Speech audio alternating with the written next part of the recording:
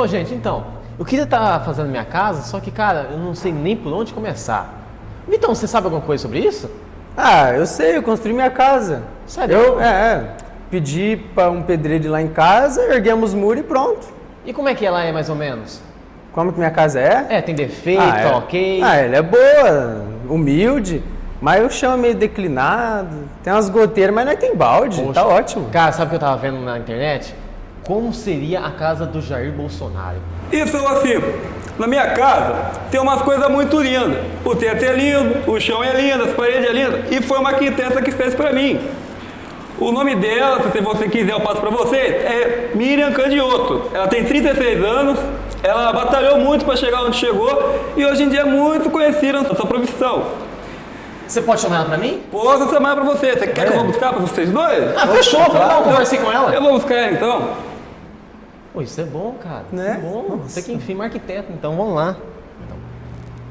Eu trouxe ela aqui pra vocês, ó. Ah, obrigado, senhor. Muito bem, fiquem à vontade aí. Boa Até a sorte pra próxima. vocês aí. Dou um toque, até mais, brigadão. Bem, Miriam, Olá. muito obrigado por estar aqui. Imagina, é um Obrigado prazer. por ter aceitado o nosso convite. É um prazer enorme pra gente. Obrigado ao nosso colega Luiz, Jair Bolsonaro, por ter trazido ela até aqui. Miriam, vamos começar a conversar? Sim, Miriam, me conta, como tudo isso começou? Você é arquiteta hoje em dia, sou trabalha arquiteta. com isso. Isso, arquiteto urbanista. Mas como começou essa vontade? De onde surgiu isso, essa vontade? Olha, é até um pouco interessante. Eu trabalhava, fiquei um mês de férias, como todo profissional tem direito, e eu era balconista numa farmácia. E a minha mãe assinou a Sky. Aí eu comecei a assistir, sabe aqueles programas Mega Construções? E eu fiquei apaixonada. E eu tinha feito o curso técnico de açúcar e álcool. Então eu andava nas usinas, subia, apaixonada, fascinada com aquilo. Então na minha cabeça eu seria uma engenheira, né? E depois, quando eu tive a oportunidade de estudar, de fazer o curso superior, aí eu descobri que não era engenharia, que na verdade o que eu queria era a arquitetura mesmo. Arquitetura mesmo. E começou na farmácia mesmo? Você trabalha na Não, farmácia? não começou na farmácia, começou nas minhas férias da farmácia, Começou né? na farmácia. Nada a ver Assistindo. uma coisa com a outra, né? Nada a ver. Nada a ver. De Nada farmácia, a ver. depois nas férias, Não, nada a ver. não. Mas, Vitão, Bom, mas que idade que você tinha mais ou menos nessa época? Olha, nessa época, foi em 2004, eu tinha 20 anos, 2004? 20 aninhos. Mas muita gente não sabe qual que é a diferença, né? O que fez você deixar a engenharia e pensar na arquitetura? Na realidade, eu pensava que aquilo era engenharia. Realmente, dentro de uma usina, tudo aquilo que tem lá é uma engenharia. A arquitetura, ela é o... Vamos começar pela diferença. Engenharia, ela é uma ciência exata. A arquitetura, ela é uma ciência social que está dentro... Ciência humanas que está dentro da social. Hoje ela é considerada uma ciência social. Então, assim, a engenharia, ela trabalha com muito cálculo. Existe projeto, mas não é o projeto arquitetônico. Ser arquiteto é você projetar espaços, você projetar cidades, você trabalhar com restauro, trabalhar com a história. Então, a arquitetura ela é muito ampla.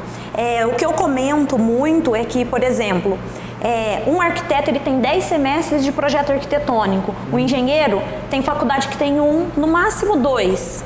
Então, existe uma diferença muito grande. O arquiteto, ele realmente tem que fazer o projeto. O engenheiro, ele já é aquela parte mais construtiva, certo? Ele dimensiona a viga, ele dimensiona a fundação. Então, vamos dizer que a arquitetura ela é mais arte, certo? Ela é uma mistura de arte, técnica e você tem que ter muito conhecimento Tem para uma isso. complexidade maior por trás. Exatamente, e coloca maior nisso, né? Né? Mas olha, eu acho que tem um pequeno detalhe aí. Mira, você é arquiteto, tem que Isso. fazer casa para as pessoas. E as pessoas são totalmente diferentes umas das outras. Exato. E como é que você consegue definir isso? Tipo assim, eu gosto de algo mais rústico, mais tranquilo. A outra já quer algo explosivo, mansão, só branco. Como é que você consegue achar a casa certa para a pessoa? Isso. Às vezes as pessoas chegam com um papel e falam, eu desenhei a minha casa e te entrego aquele papel. Isso é válido, porque querendo ou não ali você já tem um estudo da pessoa. Qual é o correto de se trabalhar? Você sentar, você fazer o briefing com o seu cliente, Porque ali você monta um relatório, você vai ter perguntas que você vai definir o perfil do seu cliente. E claro, dependendo do que ele está te contratando também, porque a arquitetura, ela existe um leque muito grande de atividades. Você pode tanto fazer um projeto arquitetônico, como você pode fazer um projeto luminotécnico, ou um projeto de interiores, ou trabalhar somente com 3D, certo? Acompanhamento de obra também. E depois de toda essa definição que você consegue montar aquele projeto personalizado. Lembrando sempre que se você chegar em mim e falar, eu quero que você faça a minha casa, você vai dar as definições. Só que se você chegar com o desenho pronto e falar, eu quero isso, seu projeto não vai ter aquele traçado do arquiteto, certo?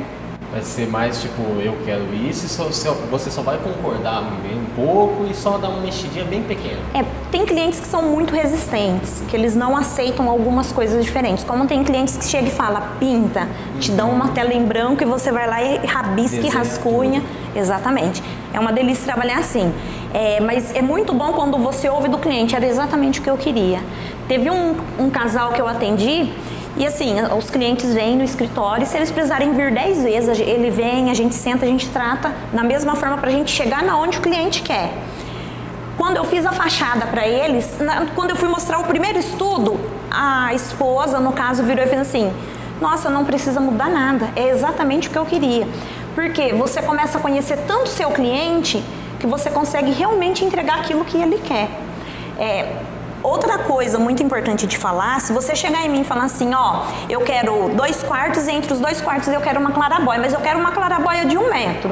Existe o Código de Obras do município e existe o Código Sanitário do Estado, que é onde entra a questão de saúde. Então assim, a gente tem que obedecer esses parâmetros. O profissional, ele tem que já, depois de formado, ter tudo isso em mente para conseguir desenvolver um projeto corretamente. Então, querendo ou não, tem algumas coisas que são limitadas. São limitadas por questão de saúde pública e questão de planejamento urbano também, vamos dizer assim, de organização das cidades, que é onde entra o urbanismo. Sim, muito interessante, demais. Legal. Demais, muito conteúdo para explorar ainda. Puxando esse gatilho do urbanismo, você podia explicar um pouco mais pra gente qual a diferença de um arquiteto normal e de um arquiteto ligado ao urbanismo? Certo. Vamos dizer assim que antigamente, quando se tinha os currículos mínimos, tinha uma certa época que não tinha o termo urbanismo. Eu não me lembro agora de cabeça quando foi e o número da lei, mas aí foi instituída a formação como arquiteto e urbanista. Assim como o arquiteto ele tem 10 semestres de projeto arquitetônico, que são uma das matérias, né? Ele tem 10 semestres de planejamento urbano e projeto de urbanismo. O que acontece? Você estuda cidades, você estuda as metrópoles, você estuda tudo referente a planejamento urbano. Então, loteamento, zoneamento do município, que são como são divididos os bairros, tudo isso entra dentro do urbanismo. O que acaba acontecendo? É uma matéria que ela é muito pesada e ela é uma matéria difícil, porque você estuda muito leis, você tem muitos conceitos para estar lendo e o que acontece? Muitos profissionais não gostam. Eu faço questão de colocar que eu sou arquiteta e urbanista porque eu sou apaixonada por urbanismo. No tanto que o meu TCC na faculdade foi o plano diretor da cidade e foi intitulado Plano Diretor de Santa Cruz das Palmeiras, Proposta e Estudo Acadêmico. Então assim, hoje todos os arquitetos são urbanistas, mas nem todos utilizam essa nomenclatura porque nem todos conseguem trabalhar com isso, ou não querem, ou não gostam mesmo. Por causa disso, muita gente fica sem saber, né? O porquê. Fica, exatamente, exatamente. E o que eu vejo é assim, todo município deveria ser obrigatório, tudo bem que o conselho pede, mas deveria ser obrigatório você ter o arquiteto urbanista inserido dentro da gestão, porque é ele que faz todo o planejamento, não é só ele sozinho, tem que ser feito por uma equipe multidisciplinar, mas o arquiteto ele é o profissional que estudou para isso. Sim, muito bom saber disso, é muito bom. Mas voltando lá no passado, que eu gostei, na faculdade, como é que foi todo o processo na faculdade? Entrar na faculdade, se formar, como é que foi esse processo? Gente do céu, vocês não estão na faculdade ainda, né? Ainda não. Olha, o que eu tenho para falar, se algum de vocês quiserem fazer arquitetura, primeiro lugar, prepare o bolso. Segundo lugar, descansem e durmam bastante, porque vocês não terão vida social. Alguns estudos apontam que um dos cursos mais pesados é o curso de arquitetura e urbanismo. Porque assim, Na minha época, quando não faz muito tempo, né? Mas quando eu iniciei eu estudei de 2011 a 2015. O currículo da faculdade que eu estava, todos os projetos eles eram separados. Então nós tínhamos projeto de urbanismo, projeto arquitetônico, projeto de paisagismo, e cada professor, vamos dizer assim, cada disciplina a gente tinha que entregar um projeto. Então a gente passava sábado, domingo, quando tinha feriado, noites acordados, porque nós tínhamos que dar conta de entregar todo esse conteúdo. É uma faculdade muito pesada, exige muito. Se você quiser se formar mais ou menos, você consegue. Se você quiser se formar um bom profissional e aproveitar ao máximo, você tem que se dedicar muito. Para ter noção, os 2 primeiros anos eu tinha aula de sábado. Então eu saía de Palmeiras por volta de 5 horas, eu chegava na faculdade, a aula começava às 7, eu era a primeira do ponto. A gente saía de lá de Araras, que eu estudei em Araras, umas 11h30. Eu chegava por volta de 00:30, 1 hora em casa. E depois no sábado, 6 horas da manhã, eu tinha que sair para ir de novo. Então assim, é um curso muito bom, ele abre muito o seu pensamento, ele te dá uma nova visão de mundo e ao mesmo tempo, ele é muito cansativo, ele é um curso maçante. E você gasta muito dinheiro. Imagino, né? Sim. Que só a viagem... E só lembrando, eu fui bolsista ProUni 100%. Eu entrei na faculdade com 27 anos, porque eu não tinha condições financeiras para estudar, mas aí eu sempre me dediquei muito aos estudos. Aí eu criei coragem e fiz o ProUni. Aí eu ganhei uma bolsa 100%. Então eu fui bolsista ProUni 100%. Tem que tentar, não é? Não pode desistir nunca. E exatamente outra coisa que eu queria puxar. Nessa sua trajetória, eu duvido que um monte de pessoas já chegou no você e falou assim, você não vai virar nada. Eu duvido. É o que a gente mais ouve. E aí, como é que foi? Pensou em desistir nessa trajetória? Olha, pela fala das outras pessoas, nunca. Porque eu sempre fui uma pessoa que tive a minha opinião. Eu tenho a minha opinião forte, eu não sou aquele tipo de pessoa, Maria vai com as outras. Claro que eu tenho aquela flexibilidade. Eu errei, eu vi que meu pensamento não é legal, ou desculpa, não, então vamos melhorar. Só que eu nunca fui assim, não vai dar certo, eu vou lá e desisto. Eu sempre confiei muito e eu falo que essa persistência me deixou chegar até esse 100% de bolsa e conseguir me formar como, bem dizer, a melhor aluna da turma. Eu pensei em desistir sim, no meu último ano, e assim, não foi nada relacionado à faculdade, não foi nada. Foi simplesmente porque eu sou a mais nova de 5 filhos, eu fui a única que estudou e o meu pai sempre falava que ele, se ele tivesse tido recursos, ele seria um doutor, ele sempre usava muito esse termo. Então ele falava pra mim, filha, estuda porque só o estudo vai te dar alguma coisa. Meu pai não tem dinheiro para te dar. E desde pequena eu sempre guardei isso em mim e sempre estudei. Acontece que, infelizmente, eu terminei os estudos em dezembro de 2015. Quando chegou em maio, na primeira semana de maio, eu descobri que meu pai tinha 3 tumores na cabeça. E o médico, eu perguntei, né? O médico falou que era Deus que sabia de tudo. E eu parei de ir na faculdade, aquele período. E com 1 mês e 5 dias eu perdi o meu pai. Então tudo aquilo que eu fazia, por ter o exemplo dele, por ter a fala dele. O exemplo, não digo porque ele se formou, não, o exemplo dele ter essa vontade e dele saber que isso era o caminho correto. Então, tudo isso me machucou muito, porque ele falava para todo mundo que eu era o orgulho dele, mas no momento que eu estava lá para receber o meu diploma, eu não ia ter ele junto. Então, eu passei por um período muito difícil. Eu, até mesmo depois de formada, por um tempo eu não conseguia trabalhar, porque eu olhava para o computador e eu sentia a falta do meu pai. Demorou, eu entrei em depressão. Então, durante todo esse tempo, eu pensei em desistir. O meu marido, que é uma pessoa maravilhosa, sempre esteve do meu lado e falou, não, você não vai jogar isso fora. Pelo seu pai, eu não vou deixar. Então, eu não desisti por isso, mas foi muito difícil. Esse foi o único motivo que alguma vez na vida eu falei, eu vou desistir. Mas agora eu tô aqui. Tá aqui, venceu, né? E é uma grande história. Puxando isso, tem toda uma história de superação, né? Tem. E eu até te parabenizo por toda essa trajetória. E puxando para esse lado,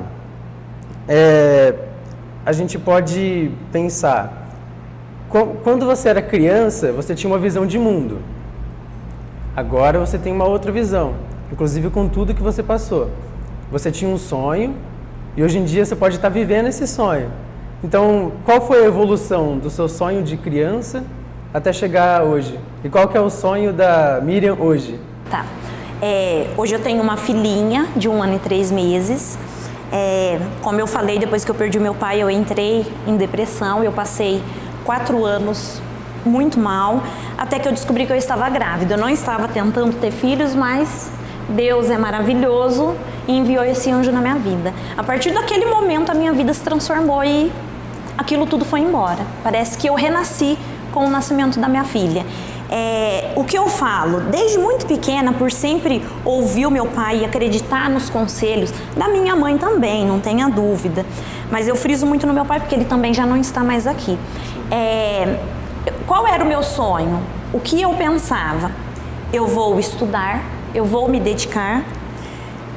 Depois disso, eu vou ter uma recompensa, eu vou ter o meu trabalho, eu vou ter uma casa e eu vou ter uma estabilidade na minha vida. Então, sempre foi essa a minha vontade.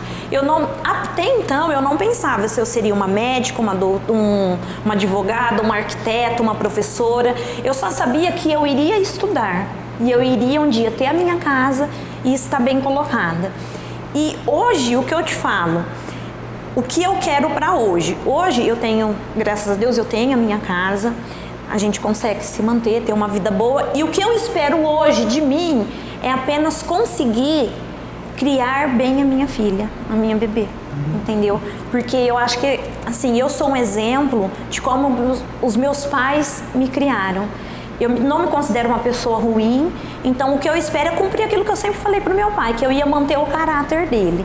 Então hoje eu espero isso, sempre poder ajudar as pessoas enquanto posso, mesmo dentro da minha profissão. Eu gosto muito de fazer isso, porque o meu pai foi uma pessoa muito simples, muito humilde, mas acima de tudo, conseguir criar minha filha com todos esses valores.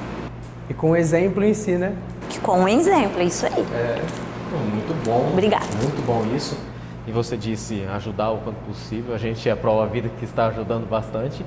E voltando ao assunto eu até ia perguntar para você e já respondeu, você hoje se considera uma pessoa bem-sucedida? Olha, vamos definir o que é esse termo bem-sucedida. Eu considero assim, uma vez eu estava numa consulta médica, um abraço para o Dr. Bezan, foi o Dr. Bezan que me falou isso, e ele disse assim, você pode ter uma mansão e não ter um lar. Então, às vezes, você mora em um ambiente, um cômodo, mas você tem um lar ali dentro. Então, o que eu penso é assim, a questão de você ser bem-sucedida, você traçar um objetivo na sua vida e você correr atrás para chegar nesse objetivo. Eu acho que você ser bem-sucedido, de repente, não chega a ser de eu sou milionário, eu ganho muito dinheiro, eu faço... Não, é você ter aquela meta e falar, eu alcancei aquilo que eu queria. Então, nesse ponto, eu acredito que sim. Agora, eu só vou te dar certeza na hora que a minha filha estiver maiorzinha. Que aí eu falar, eu fui bem-sucedida porque deu certo o que eu queria. Então, nesse sentido, sim. Sim, conseguiu alcançar seus objetivos. Isso, exatamente. Referente aos estudos, eu me considero. Porque eu entrei com 27 anos na faculdade. 10 anos depois de me formar no ensino médio, eu fui lá e fiz uma prova e consegui uma bolsa 100%. Então, assim, eu falo que isso tudo foi fruto de todo aquele trabalho que eu sempre tive de me dedicar aos estudos. Então, nesse lado eu já me considero. Para me considerar total, só na hora que a minha filha tiver um pouquinho maior. E uma grande coincidência agora, né? A pessoa que é arquiteta. E vamos puxar para o lado mais pessoal, que é o marido. O que o marido é? O marido é construtor. Tem como ser melhor do que isso, cara? Um arquiteto e um construtor? Não tem, né? Tem. Às vezes o marido fica bravo. Não, eu imagino. Eu fiz uma paginação de uma parede em escama de peixe. Aí eu peguei a folha, dei pra ele. Fui lá com ele, sentei, expliquei, coloquei os revestimentos, fiz todo um molde pra ele. Ele falou, tá bom, vou começar. Saí e voltei pro escritório pra trabalhar. 4 horas da tarde ele me manda uma foto. Eu mandei pra ele, está errado. Aí ele fez assim, ô louco. Falei, tá errado? Eu vou ter que tirar. Eu falei, vai. Então é bom, porque você manda em casa e manda no serviço. Exatamente, domina tudo. Domina tudo, exatamente. Mas não, eu aprendi muito com ele. Aprendi muito, ele é um excelente profissional, mas ele é construtor também. Ele é pedreiro, ele faz e é isso aí. É uma dupla muito boa, né, cara? muito bom. Perfeita. Você mostrou em torno da sua carreira, em torno desde jovem, que o estudo sempre foi muito principal para você, né? Muito. Hoje em dia, os alunos, quem está querendo prestar vestibular, alguma coisa assim, normalmente os pais ou até eles mesmos têm uma cobrança muito forte, né? O que você daria de conselho para a pessoa que está querendo entrar numa faculdade ou até mesmo fazer arquitetura? Que conselho você daria para essa pessoa? Olha, tem uma coisa que eu acho que é muito fundamental para você alcançar tudo isso. Dedicação, entendeu? Você tem que se dedicar. Uma vez eu vi uma matéria falando, a menina estudou 10 horas por dia e passou na faculdade de medicina. Eu posso estar errada, mas esse é o meu pensamento, tá? Se a pessoa não trabalha, se ela quer fazer medicina, é mais que obrigação dela ela estudar 10 horas por dia, né? Se ela não trabalha, se o pai tá ali, tá bancando. O que eu falo, muitas pessoas não têm condições. Eu não tinha condições de pagar uma faculdade de arquitetura, porque é um curso muito caro. Mas eu não desisti. Então, assim, se dedique. Eu lembro uma época que eu nunca estudei em escola particular, sempre estudei no Lauro Barreira. E o que aconteceu? Uma vez um amigo meu me deu alguns livros. A minha mãe comprou uma enciclopédia, porque na minha época não era que nem a de vocês, que é celular pra cá e pra lá. Não, na minha época era enciclopédia ali, livro. A minha mãe me deu uma enciclopédia que não era uma Barça, que vocês talvez não conheçam, né? Mas era a top das tops. Era bem pequenininha perto da Barça. O que acontece? Eu peguei naqueles livros, ó, e um amigo me deu uma coleção que, se eu não me engano, era de uma escola particular, que eu não vou falar o nome para não fazer propaganda de graça, né? Lógico. E eu me dediquei muito. Eu pegava aqueles livros e eu estudava. Então eu acho assim, hoje com a internet você baixa lá um quiz que você baixa de verdadeiro ou falso, você já está estudando. Aplicativos no celular, de gramática, de inglês. Hoje é muito mais fácil de estudar. Então eu acho que assim, se dedique.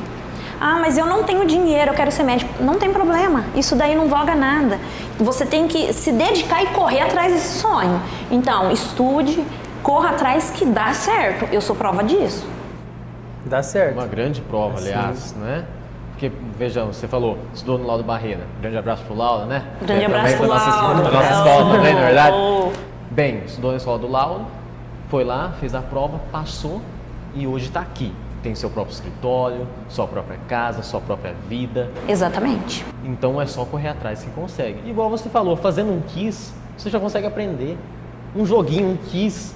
É isso, gente. Você vai no Google, abaixa um PDF inteiro de qualquer coisa. No YouTube tem videoaula. No YouTube tem um monte de videoaula, é verdade. Exatamente. Sabe qual era a minha videoaula na época? Eu ficava assistindo aquelas aulas de telecurso que passava na Globo de madrugada, à noite. Meus vidinhos de YouTube era isso daí. E outra, não tinha gravação, não. Era aquilo. Era ali. Era aquela hora, acorda às 5 horas da manhã e vai estudar. Era por aí. TV Cultura que tinha muito disso, né? TV Cultura, nossa, muito conteúdo, muito. E tem ainda hoje, né? E ainda tem. E muita biblioteca, viu? Porque a gente não tinha internet, então meus trabalhos, meu estudo, biblioteca. E temos aqui também, né? Sim, aqui mesmo. Muito, participava muito na Biblioteca Monteiro Lobato Municipal, né? Bem, a gente falando de tudo isso, vamos pegar e dar aquele tudo. Como é que era a Miriam na escola? Vamos falar assim, ó. Sempre fui boa aluna e dedicada, mas sempre falei muito, sempre falei demais. Já aprontei muita arte em escola. Sempre fui uma aluna assim, que sempre teve as melhores notas. Os professores sempre gostaram muito de mim. Só que eu sempre falei bastante. Eu sempre brinquei. Tinha uma época que eu sentava no fundo e tinha até menina no meio, mas a maior parte era tudo molecada. E nossa, a gente se divertia. Me dedicava, mas eu me divertia muito. Tem que ser assim também, né? Tem que curtir a sua escola. Tem. Você tem que curtir a escola, você tem que curtir os seus colegas, os seus amigos. Não são todos que você vai levar para a vida toda. Só que amanhã, na hora que você tiver um filho ou numa entrevista como essa, você tem coisas para contar, coisas boas. E a vivência, né? Você viver em sociedade. Ali você já começa você está inserido na sociedade, ali você começa a viver e participar. Então ali já é o início para amanhã você estar no mercado de trabalho. Com certeza.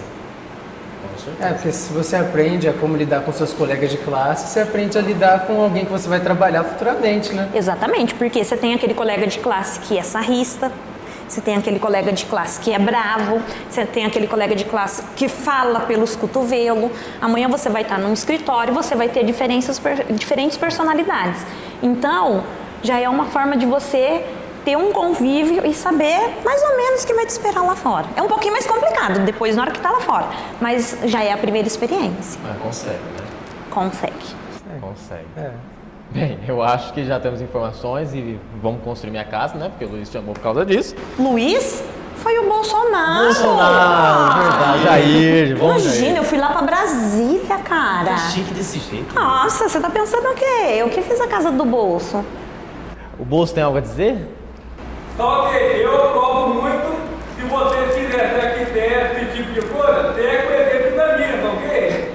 É um exemplar da sua carreira e isso foi batalhador, chegou. Só isso que eu quero dizer, tá ok? Ok. Miriam, muito obrigado por estar aqui. Foi ótima entrevista. Queremos você aqui de novo. Muito obrigado por Com ceder o certeza. espaço. O espaço é nosso. O espaço é nosso. O espaço é nosso. é Quando eu, nosso. só uma pausa, só roubar um pouquinho Com do tempo de certeza. vocês. Quando eu abri o escritório e apareceu esse local, a primeira coisa que eu pensei foi fazer um espaço que as pessoas pudessem usar. Claro que eu não vou fazer uma festa aqui para o pessoal ficar bebendo, porque tem uma família que mora aqui. Mas assim, a minha intenção era essa. Trazer a cultura, trazer informação, esporte eu não sei como, mas a minha intenção era ter um espaço que as pessoas pudessem realmente usar e não vir aqui somente para me contratar como arquiteta, contratar o Gabriel como engenheiro, porque o Gabriel ele é meu sócio. Mas assim, eu tenho alguns quadros expostos que é da artista Gabriela Camilo, é uma pessoa assim que eu gosto muito porque cada quadro que ela pinta tem um significado, ela explica cada quadro que ela tem. Então eu acredito que isso é ser artista, não é você pegar uma folha de uma revista e copiar. É também, mas é diferente do tipo de artista que ela é. Então assim, é um espaço que está aqui aberto. Se as pessoas, eu faço maquete, eu quero expor, pode vir expor. Eu faço um artesanato legal, posso expor? Pode vir. Então assim, a minha intenção é essa, porque a arquitetura e o urbanismo é isso, entendeu? É você ter uma visão diferente de cidade, é você ter uma visão diferente do ambiente onde você vai habitar. Nós estamos em época de pandemia, se Deus quiser estamos encerrando essa pandemia, mas a arquitetura está presente nisso também, que é na questão do convívio social, na questão dos espaços, da organização. Hoje com o home office, o que acontece? Se você não estiver bem instalado na cadeira que você está sentado trabalhando, você vai ter um problema na coluna, você não vai conseguir trabalhar legal. Então assim, a questão das praças, a questão de parque, tudo isso é muito importante e tudo isso faz parte da arquitetura e do urbanismo. Então é um espaço para isso mesmo que vocês estão fazendo aqui hoje e eu espero que façam muito mais ainda. Um espaço cultural acima de tudo também. Exatamente, é essa a intenção. E pode ter certeza que juntos vamos trazer muita cultura para esse lugar e para essa cidade. Bem, isso aí. ficamos por aqui hoje. Um grande abraço para você que nos acompanhou até agora. É isso, fique com Deus e até mais.